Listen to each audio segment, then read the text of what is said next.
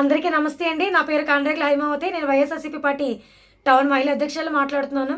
ఈరోజు దేశవ్యాప్తంగా బంద్ ప్రకటించారు. చాలామందికి ఈరోజు బంద్ కారణాలు ఏంటో తెలియడం లేదు. దానికి కారణాలు ఏంటంటే నీట్ ఎగ్జామ్ పేపర్ అనేది లీకేజ్ అయ్యింది. నీట్ ఎగ్జామ్ పేపర్ లీకేజ్ అవ్వడానికి గల కారణం ఎన్టీఏ విఫలమైందని చెప్పాలి. ఎందుకంటే ఈ యొక్క నేషనల్ టెస్టింగ్ ఏజెన్సీ వాళ్ళు ఈ యొక్క పేపర్ విషయంలో మరి కాస్త శ్రద్ధ పెట్టుంటే ఈరోజు మనం చూస్తున్నాం ఎంతమంది ధర్నా చేస్తున్నారో. వాళ్ళని లాఠీలతో ఛార్జ్ చేస్తున్నారు. ఒక్కొక్కరికి రక్తాలు వచ్చేసేలాగా కొడుతున్నారు. ఇదంతా ఎందుకు? కేవలం ఎన్టీఏ విఫలం అవ్వడం వల్ల. నీట్ ఎగ్జామ్ అనేది చాలా టఫెస్ట్ ఎగ్జాము. చాలామంది సివిల్ సర్వీస్ ఎగ్జామ్ అనేది చాలా టఫెస్ట్ అనుకుంటారు. అది మెచ్యూర్డ్ పర్సన్స్ రాసేవాళ్ళు. కానీ ఈ నీట్ ఎగ్జామ్ అనేది చాలా స్ట్రెస్తో కూడిన టీనేజ్ వాళ్ళు రాస్తారు. దయచేసి ఈ యొక్క 20 లక్షల మంది పోటీ పడి స్ట్రెస్ తీసుకొని పగలు రాత్రులు తిండి నిద్ర మానేసి తల్లిదండ్రులకు దూరంగా ఎక్కడో కోచింగ్ తీసుకొని హాస్టల్స్లో తినక వాళ్ళు ఎంతలాగా సఫర్ అవుతున్నారు. అలాంటి ఎగ్జామ్ పేపర్ లీకేజ్ అయ్యింది అంటే దానికి కారణం ఎవరై ఉంటారండి?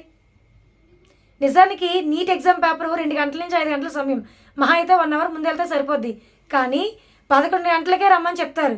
తీరా 11 గంటలకు వెళ్ళాక ఖైదీల్ని చెక్ చేసినట్టు పిల్లల్ని వాళ్ళ చెవుల్లో నుంచి ముక్కుల్లో నుంచి మొత్తం అన్నీ చెక్ చేస్తారు.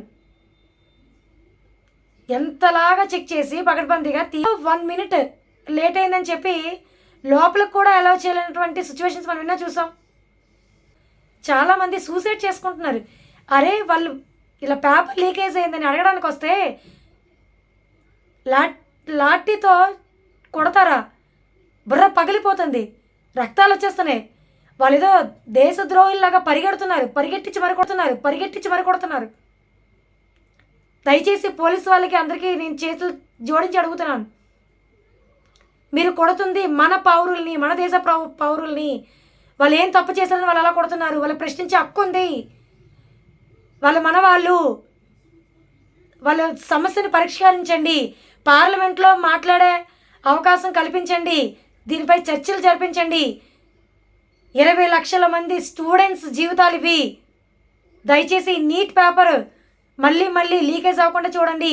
ఎవరైతే పేపర్ లీకేజ్ చేస్తున్నారో దోషులను శిక్షించండి. కఠిన చర్యలు తీసుకోండి. జై భారత్.